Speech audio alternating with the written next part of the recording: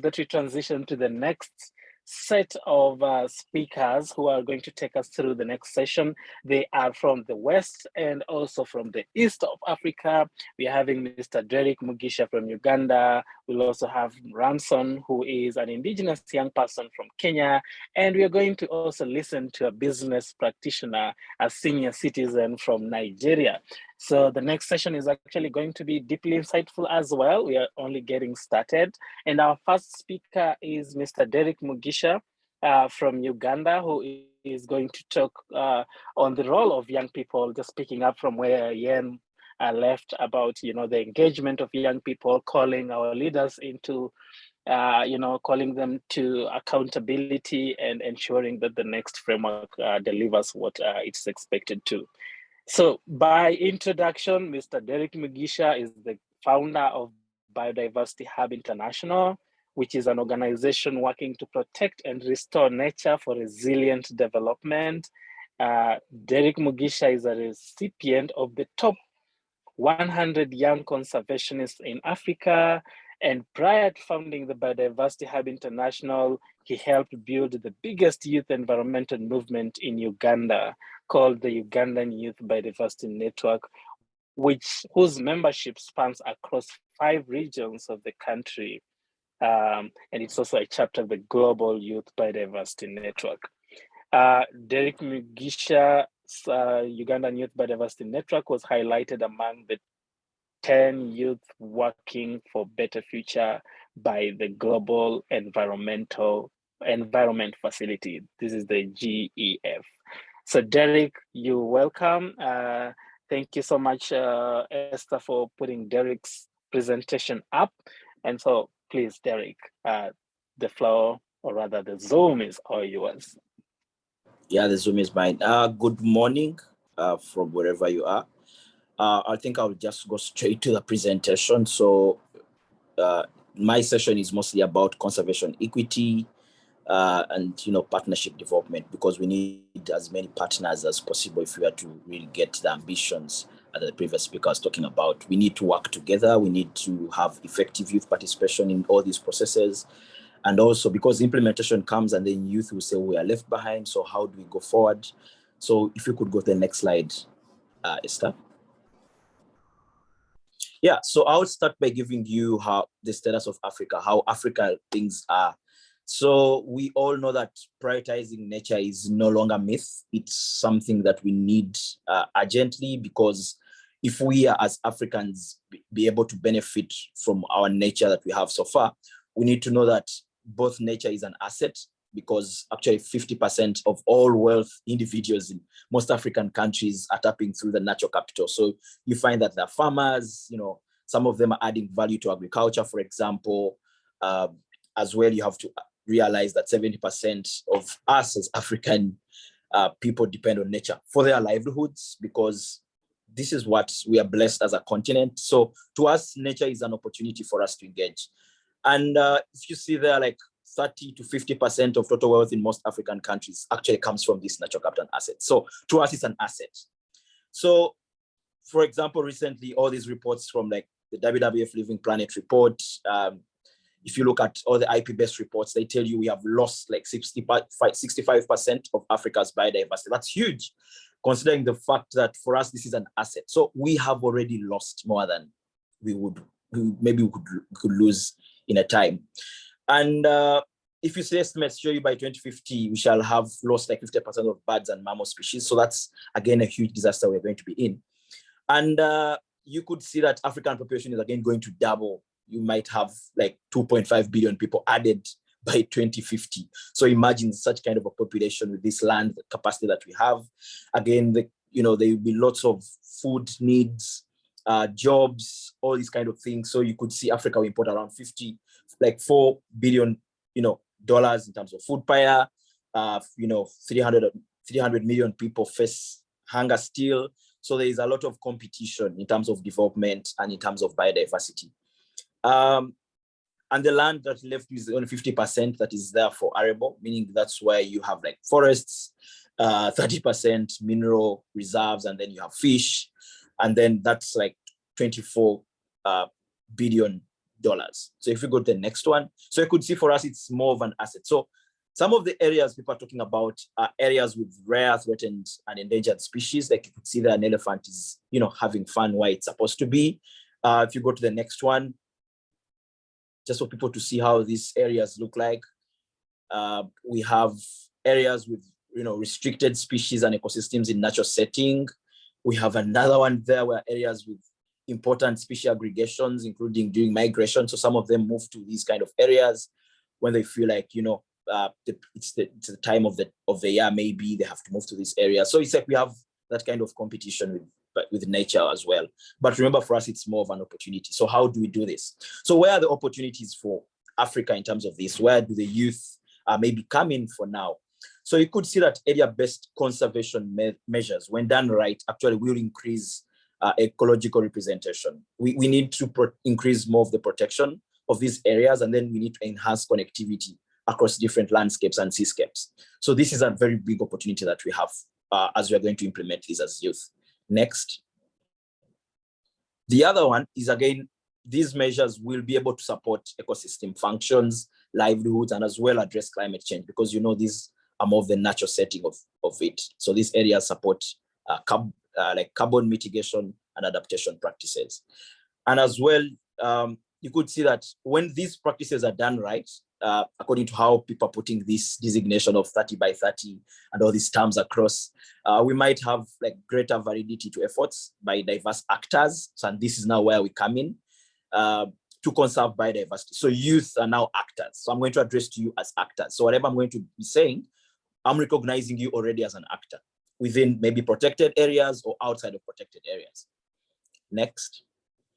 And then we need to, I guess this is also the same, but planning also has to put in context of other kind of development things like agriculture, forest, and fisheries, because like I mentioned, Africa, this is a natural asset to us. Then the next. So now where do we get from? These are the opportunities for young people. How can you effectively participate in area-based conservation governance? So for us as youth, we need to be clear with our asks, because if we really want this to work, we have to look at the right best approach of things. We have to secure rights of indigenous people and local communities to their land, water, and seas, because when they think protection is more like, let's get them outside, that's not effective enough, because these people have owned these lands for millions of years. They've been there. This is the ancient land. They know how to protect this land. So I think one of the things, if youth are to be able to engage, is asking for a right best approach into this. Secondly, we have to emphasize the quality of conservation outcomes. So do these areas really ensure ecological representation? Do they represent like connectivity? Are they going to be effectively managed? Is there equitable governance where like all stakeholders, including youth, are part of like decision making at local and also international levels? Because like issues where like your voices are silenced now will not be able to work here. Then the other one is we need to advocate, saying something here, wait. We need to advocate for diversity of effective management and equitable approaches.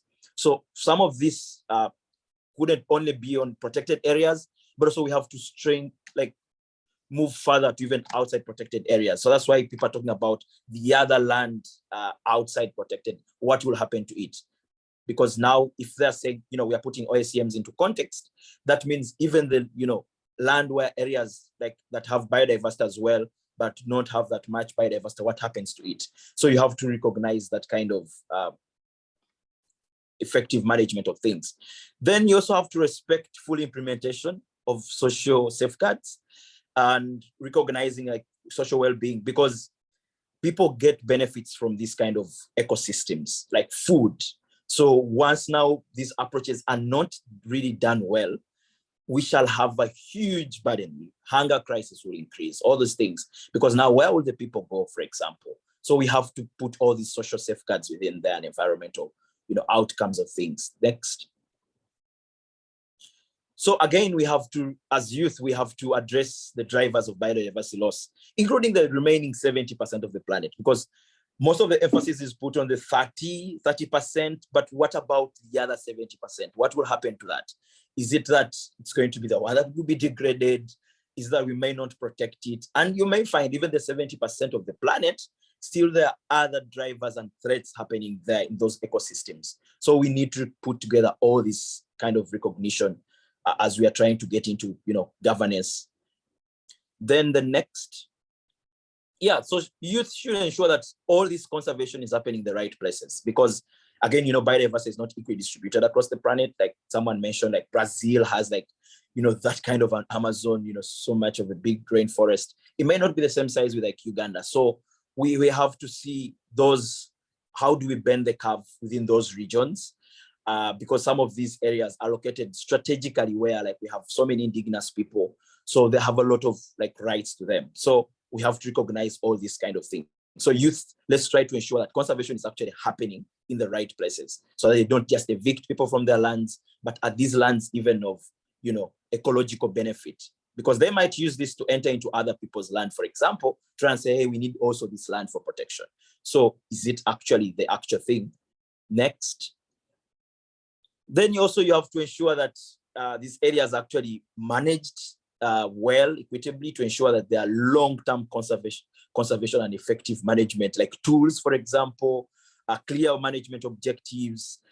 These areas have to be functional, representative, all participatory. We need women and girls part of these decision-making processes at a local level, but also an institutional level, because you may find even in institutions of government, for example, most of the women groups are not listened to because, they don't take them, they don't recognize the kind of work they could contribute to this, and also youth. So it's not a one-way thing. It has to be a whole participatory approach, systems approach for all of us. Unfortunately, many of these existing protected and conserved areas exist on paper, but little or more not well managed. So you could see that we might have issues going forward. So this is where I'm, rallying all youth to say that we all need to be there, because they may have them on paper and assume that, they know what they're doing, but, you can't know it all. You need to have all these stakeholders, contributing. Then, so fostering this actually has to put in context those processes. So for example, like we are engaging you now in this conversation, you need to go and engage others. You need to get the right resources, hold your leaders accountable. There has to be transparent enforcement, because sometimes you're not where they're going to do enforcement. So you need to see that we have clear conflict resolution mechanisms, because they may arise at any point when we are doing implementation. But both, we need to put ecological and social benefits into context. Then next. So we need to ask questions like, how can we achieve ecological connectivity between these protected and conserved areas? How can we ensure that these area-based conservation measures are integrated in every decision that all stakeholders are going to do? But also I want to rally youth and try to tell you that youth, you can also support resource mobilization in these regions, because we still have a huge sustainable finance gap. There is not much financial resource out there. Donors keep changing their funding tools, mechanisms, practices. So we have to keep to our standards. If you really want to influence decision making, we also have to be stakeholders in resource mobilization, because that is what actually will be needed from both private and public sector. So don't only look at public sectors like foundations, but also look at private sectors, because some of them would be the ones who want to do projects in these regions. So that, again, I would say we need to put our voices together to see that youth can easily access this funding. Then again, these have to be traditional and collectively governed by indigenous people. And they also have a huge stake, because their rights to free, prior, and informed consent should be upheld, because they may try to, destroy these areas, because some of them are going to be new areas to be created, maybe gazetted, or there are those that are current territories already where indigenous people are. So without their consent, that won't be participatory at all. That will be actually hindering on their rights. They might be displaced, so we don't want this to happen. And also their social and ecological rights to these kind of areas. Next. So I'll say, finally, I think I'm a bit winding up. Youth, you need to hold meetings with key and right stakeholders to raise awareness about youth asks, because I've given you a sample of them. not all stakeholders actually know about this. So let's continue raising awareness. Use your social media, email or text your government officials or whoever is a stakeholder into this. Try and join other groups that have similar asks so that your ask is actually put in there and stronger. Next. Then work with national decision-making teams. Like, for example, national focal points are going to be like the head and supreme of implementing like your national biodiversity strategies and action plans, or even other kind of development plans that embed into these, social and ecological rights. So that you're not left out, because if you know the right stakeholders, then you can position within there. Next. So thank you very much. That is how I've tried to think through on how we can position you as young people. But again, you have a lot to build your capacity, put a lot of time into research, into resource mobilization, into positioning yourself in policy and decision making so that you can really have meaningful engagement. Thank you very much. Thank you. Thank you so much, Derrick, for your insightful presentation, really emphasizing on the role of the youth working towards a transformative shift in what's already there, and hopefully this works for Africa. So I see a comment from Yen. I think she was responding to one of the issues, one of the questions that you actually raised about what about the other 70%? We are always talking about 30%. And Yen is saying we need to ensure that we can save as much as we could, meaning other areas should be subjected to ecological and cultural restoration. I don't know if you agree with this, Derrick. I think so. And then Yen goes ahead to say, preferably led by communities in the areas. So Yen is just agreeing with you on the leading us in the shift of thought about not just focusing on the 30%, but looking at the entire conservation and looking holistically at it and how we can also conserve the areas beyond 30%.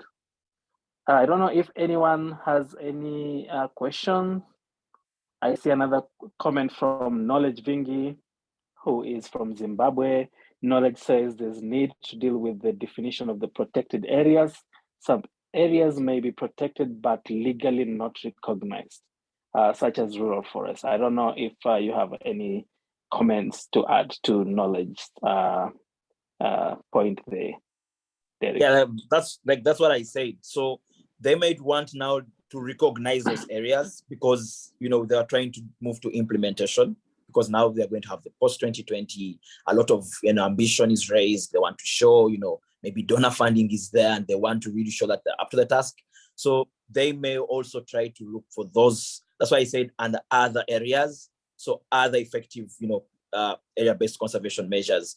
So they are looking at also those areas that could contribute to the capacity. That's why I said what happens to the 70% where we can have like rural forests. So all these things, they will consider them, of course, when they're doing implementation. So we have to keep a vigilant eye.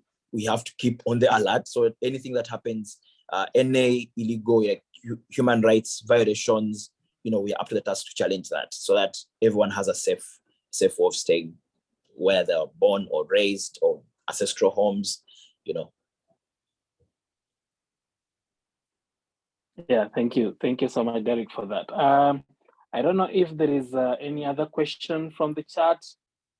Does anyone want to unmute and ask Derrick a question? Feel free to do so. You can just unmute yourself and ask Derrick a question. We have 2 minutes still pending for Derrick. So, okay, we have a question for you, Derrick, from Muzakir. And he's asking, Derrick, what do we do about political resistance, which has hindered most of the environmental activities to take place? And also elaborate more about activism and advocacy. Yeah, so you see that actually there's a report that shows how many environmentalists have been killed because of trying to raise their voices. And actually most of these are into areas of high biodiversity areas, biodiversity hotspots. So I think activism shouldn't just be activism, it should be organized activism, because when you're organized a bit, you have a lot of support. Public support is important into what we are going to be doing the next couple of days, months, years, because we need to now start running the other people that don't know about this issue. So raise as much awareness as you can, show people how their rights, how their livelihoods are going to be affected by all these kind of decisions, and try to make sure that you have facts. Because sometimes you do activism and advocacy without facts, and yet you realize that decision makers actually want facts, they want numbers, they don't just want assumptions, they don't want to see impact. So do as much research as possible, publish knowledge, try to publish as much as you can, make everyone aware of their violations, what they can do. And this is where I'm going to say now we need other stakeholders like lawyers. We are going to be, rallying on to courts, because courts are the ones that can maybe overrule most of these decisions. So you may find that now we need to start building connections, capacity, stakeholders with also the legal departments. So that's how I could respond to that. Exactly. And also just utilizing generally the spaces that are there for us to engage the other people. I know that most of the time when we talk about conservation, it's always confined within the knowledge, the people who already hold the knowledge of conservation. So when we're talking about activism and talking about advocacy, let us think broadly beyond just the walls of conservation and bring as many other entities and people who are not primarily from the conservation sector on board.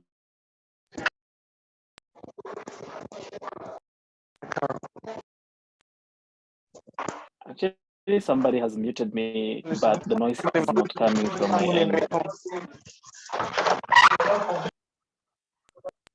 Okay, I have muted that person, hopefully. I'm sorry, everybody, because of that interference. So yeah, thank you so much, Derrick. And we hope to continue discussing this throughout the webinar today. Continue engaging in the chat section. Derrick, if you have, and if you want, you can share your email with us so that those who still have questions for you can engage you. And yeah, thank you so much. So next, Derrick, I don't know if you have any call for action or last words, because my call to action was into the presentation. So I would just say thanks to everyone for joining. I have to rush for another sessions during the COP session. So thanks, and I'll share my email in case you have any questions, so we can have this discussion forward. Thank you. Bye, everyone.